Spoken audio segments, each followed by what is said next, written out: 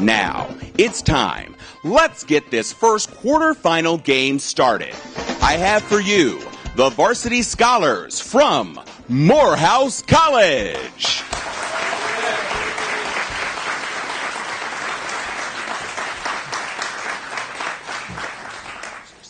My name is William Dula. I'm a junior mathematics major from St. Louis, Missouri. Good morning, everyone. My name is George Wanze. I'm a senior history major from Washington, D.C. Good morning. My name is Khalil Waddell. I'm a junior chemistry major from Madison, Alabama. All right, let's hear it for Morehouse College. And now it is my pleasure to introduce their cross-quad neighbors, literally, the ladies of Spelman College. Hello, my name is Ilana Harris. I'm a first-year political science major from Silver Spring, Maryland. Hello, I'm Ariana Benson. I'm a first-year psychology pre-med major from Chesapeake, Virginia. Hello, I'm Courtney Wills. I am a senior Spanish major from Atlanta, Georgia. All right, let's give them a round of applause.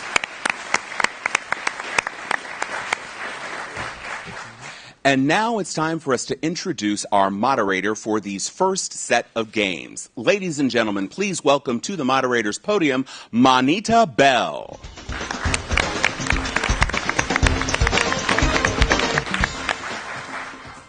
Good morning, everyone. And let's just give another round of applause and congratulations to these two teams. This historic Elite Eight Spellhouse match.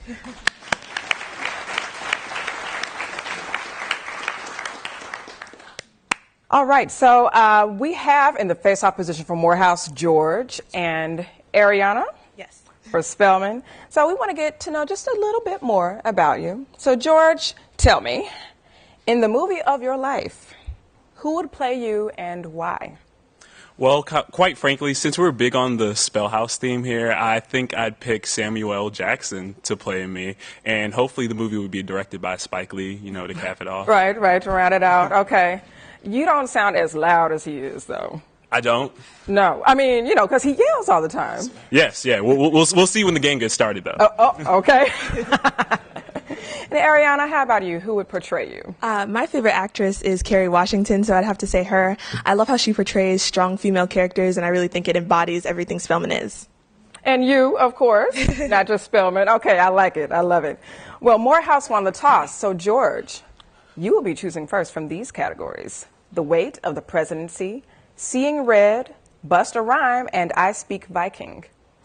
I'll start with The Weight of the Presidency, please. All right, let's do it.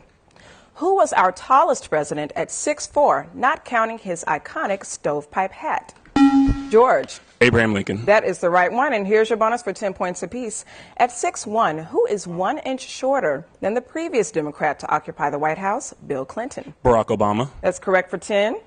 You might not realize which president was 6'2", as his memorial depicts him seated in his wheelchair. FDR. All 20 points. All right, George, you're in control. I'll go with The Weight of the Presidency again. At 332 pounds, who was, by more than 50 pounds, our heaviest president? Ariana. Taft. That's right, and Spelman's on the board. Here's your bonus. At 275 pounds, which New Jersey native was our second heaviest president twice? Wilson. We're looking for Grover Cleveland there. Let's try the next one. Which mid-20th century Democrat kept his weight under 185 pounds, perhaps due to all that Hyannis sport touch football? Kennedy. That's good for 10 there. All right, Ariana, your choice. Let's go with I Speak Viking. From the Norse comes what word for a circus performer, the occupation of Stephen King's white-faced Pennywise? George. Clown. That's right. And here's your bonus for 10 points apiece. From the Norse for whale horse is what word for a large, tusked pinniped of northern climes? Walrus. Correct for 10 points. What Old Norse word in the name of a racing hound doesn't refer to a color but to a female dog? Greyhound. That's it. All 20 points. I'll go back to The Weight of the Presidency. Weight of the Presidency. At 5'4" and about 100 pounds, which of the three writers of the Federalist Papers was our shortest and lightest president? George. James Madison. Yes, and that was a race to the buzzer. You got it. And here's your bonus for 10 points apiece. Coincidentally, which presidents who were father and son were exactly the same height of 5'7"? John Adams and John Quincy Adams. You got it. In a bit of irony, which other 5'7" president used to have a lofty Alaskan peak named for him?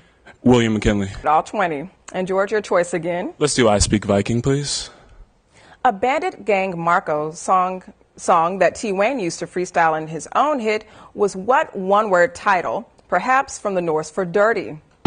George. Nasty. Yes, nasty. Here's your bonus for 10 points apiece. Vikings did not make good neighbors. What K verb with Norse roots means to steal someone away? Kidnap. Correct for 10. What other K verb from Norse meant to cause to die? Kill. Another 10. I'll continue with I Speak Viking. Okay. What word completing Hamlet's line, something is blank in the state of Denmark, comes from Old Norse for decayed? George. Rotten. Yes, rotten, and here's your bonus. First, the Viking for Roaring Stone is the source of the name for what city near Denver, home to the University of Colorado? Boulder. Good for 10 points. Coined by Sweden's Carl Scheel, the name of what tea chemical element has roots from the Norse meaning heavy stone? Tungsten. That's right. It is tungsten. And we're at 150 to 20 now for Morehouse. You're choosing again, George. Seeing red, please. Seeing red. The navel orange industry helped put the city of Redlands on the map in what state? San Bernardino County? George. California. It is. And here's your bonus. After one clue for 20 points or after two for 10, what Italian city near Milan lent its name to a shade of red after a major 1859 battle? Florence. No, let's try the next clue. The color named for it is used in printer ink cartridges. Magenta. It is magenta for 10. And we can't get another one in. That's the end of round one. Good job, both teams. It's still early. Very early here. Morehouse in the lead with 170, Spelman at 20. And so we're going to see some new players in the face-off positions now. And we wanted to get to know them as well. We've got Courtney and Khalil. So, Khalil, in the movie of your life, who would play you and why? I would pick Terry Crews. I think he's the only one that could do my physique justice. Okay. Makes sense. Makes sense. And Courtney, who would you choose and why? I think in the movie of my life, I'd probably pick Keke Palmer because people said we looked alike when we were younger. And I'd like to think in the movie of her life, I'd play her. Okay.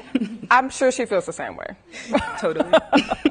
All right. Well, Courtney, since Spelman is down right now, you'll be choosing first from these categories: the B list, devilish questions, going in style, and naming chemical compounds. Naming chemical compounds, please. All right. Ethers, esters, ketones. Once used in anesthetics, which compounds have the form ROR prime, where R and R prime are hydrocarbons? Courtney. Esters. No. Can you take it, Khalil? Ethers? Yes, it's ethers, and here's your bonus for 10 points apiece.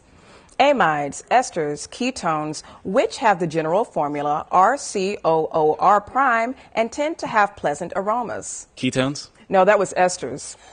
Amides, benzyls, ketones, similar to aldehydes, which have general formula RCOR prime and have a carbonyl group.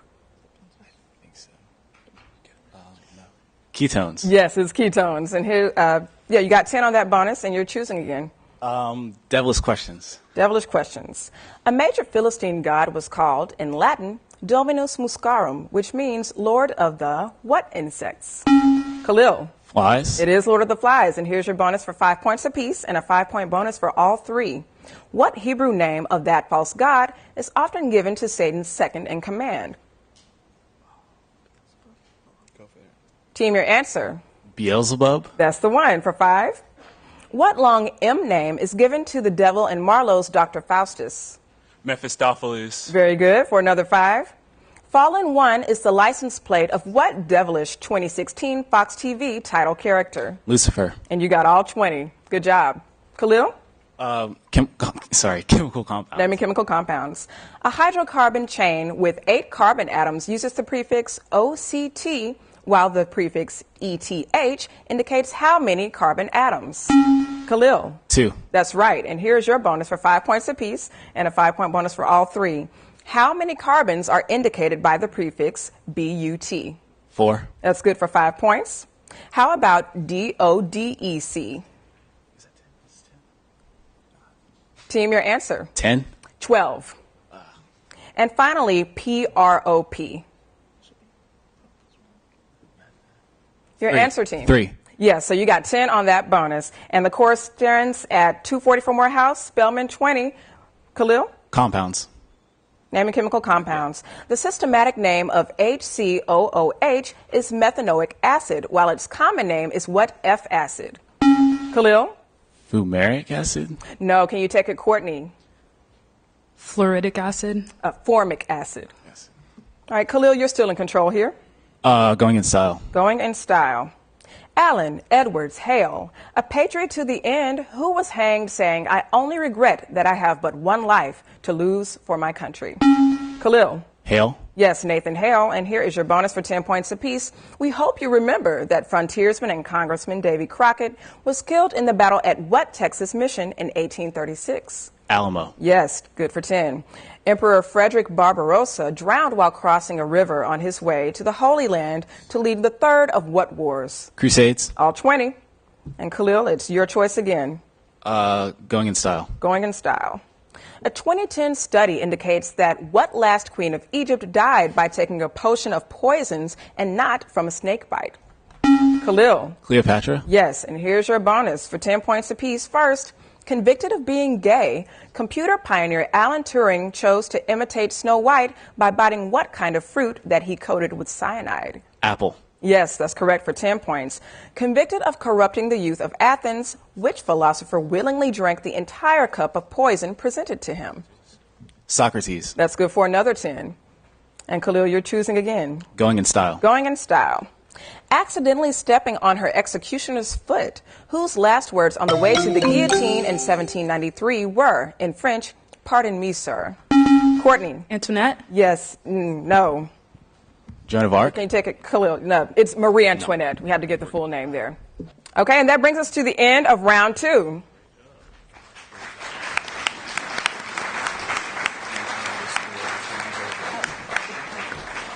We've got Morehouse with 300, Spelman with 20, and we see new players here in the face-off positions. William, you've had some time to think about this now. So who would immortalize you on film? I believe my esteemed Morehouse brother and 2015 graduate Jordan Gleaves would. He's an amazing actor, and I think he'd do me justice. Okay, fantastic. Like we've kept with the theme here. And how about you? Is it Alana? Yes, ma'am. Okay. I think that Tisha Campbell Martin should play me. Oh, I can People see say that. we have a striking resemblance. I can see that. And I also really enjoy her energy. Okay, fantastic. I love it. Well, Alana, you will be choosing from these categories: fictional places, My Generation, Fortune 500, Where Are You, and HBCU art collections. Maybe start with fictional places, please. Yes. Plato said that what island lay west of the Strait of Gibraltar till it sank to the bottom of the ocean, becoming legendary? Alana. Atlantis. Yes, that's the way to get in there. Here's your bonus. What city imagined by Dr. Seuss does the Grinch know to be near Mount Crumpet and Horton know to be on a flower? Whoville. Yes, that's correct for 10. Which Mississippi Nobel laureate set all but 3 of his novels in his imagined Yoknapatawpha County? Faulkner. Yes, all 20 points. Alana, you're in control now. May I please have fictional places again? Fictional places. Marvin Gaye and Malcolm X are in Thug's Mansion, a form of heaven imagined by which 1990s gangster rapper behind All Eyes on Me? William. Tupac. Yes, Tupac. Here's your bonus for 10 points per part. First, what titular animated Colorado town sees the adventures of Kyle, Stan, Cartman, and Kenny? South Park. That's right for 10 points. What fictional town with a 2-word name became Stephen King's main setting for The Dead Zone, Cujo, and Dr. Sleep? Team, your answer. Silent Hill. I like the guess. It's Castle Rock. Okay, you're in control now, William. HBCU art collections. It's a 6-mile drive from Coppin State to visit works by black artists at the James E. Lewis Museum at what other Baltimore HBCU? Ilana. Morgan State. Yes, Morgan State. And here's your bonus. What federally funded federally founded HBCU owns Henry O. Tanner's Return from the Crucifixion and the large Gumbo collection of European prints? Hampton University. Is Howard University. Okay. Let's try the next one. With over 6,000 artifacts from 35 African nations, what Greensboro HBCU's Maddie Reed African Heritage Collection is the Southeast's largest? North Carolina A&T. That's good for 10 on the bonus. And Alana, now you get to choose. Fictional places, please. Named for Batman's creator, the Robert Kane Memorial Bridge is a feature of what fictional city? Alana. Gotham City. Yes, Gotham City, and here's your bonus. Till they fight their final fight against the giants, slain warriors in Norse mythology feast nightly in what splendid palace? Valhalla. That's good for 10. In Game of Thrones, the capital of the Seven Kingdoms, rivaled only by Old Town, is what city of the Iron Throne and the Red Keep? King's Landing. You got it for another 10, and that brings you up to 100. Alana? HBCU art collections, please. What HBCU's museum has many works by painter John Biggers, who founded its art department in 1949 when it was Texas State University? Alana? Texas Christian School.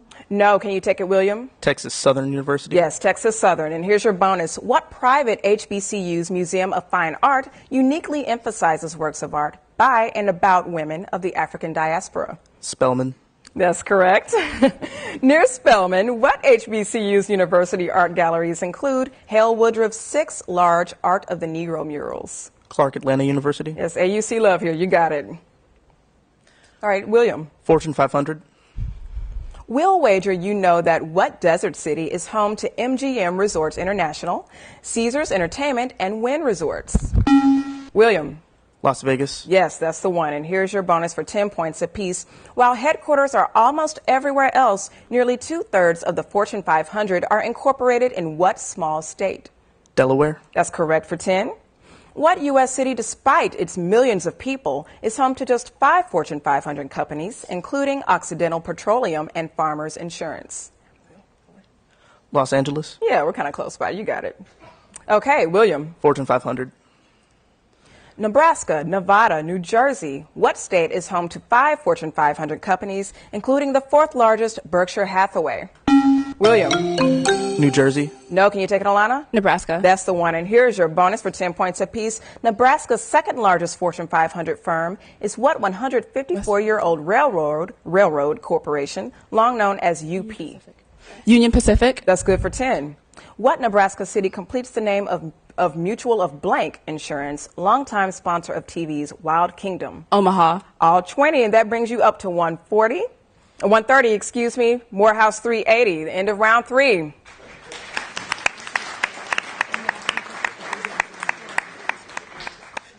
All right, so Spelman, you're behind by 250. You need all 10 to tie.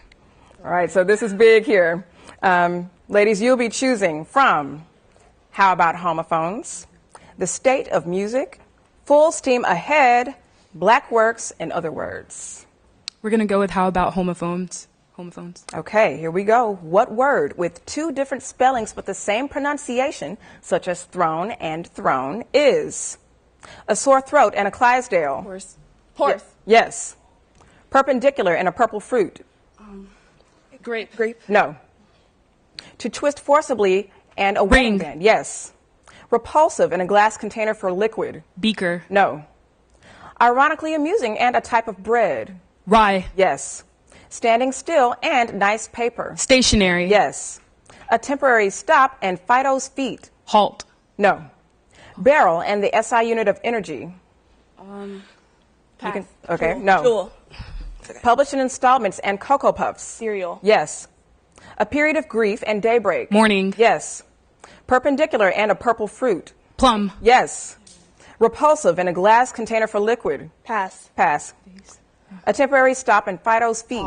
Pause. Yes. Barrel and the SI unit of Jules. energy? Yes. Repulsive in a glass container for liquid? Flask. No. Glass. Vase. No. Ladies, you got all but one. Fantastic job, but you missed that one. Yeah. Stellar performance, the one you missed, and I know you were getting to it. And help me behind. Repulsive in a glass container for liquid? Vial. Well done. That brings you to 355. Morehouse has won. And we'll move on. So that's the end of this match. Congratulations, Morehouse. Well done, both teams.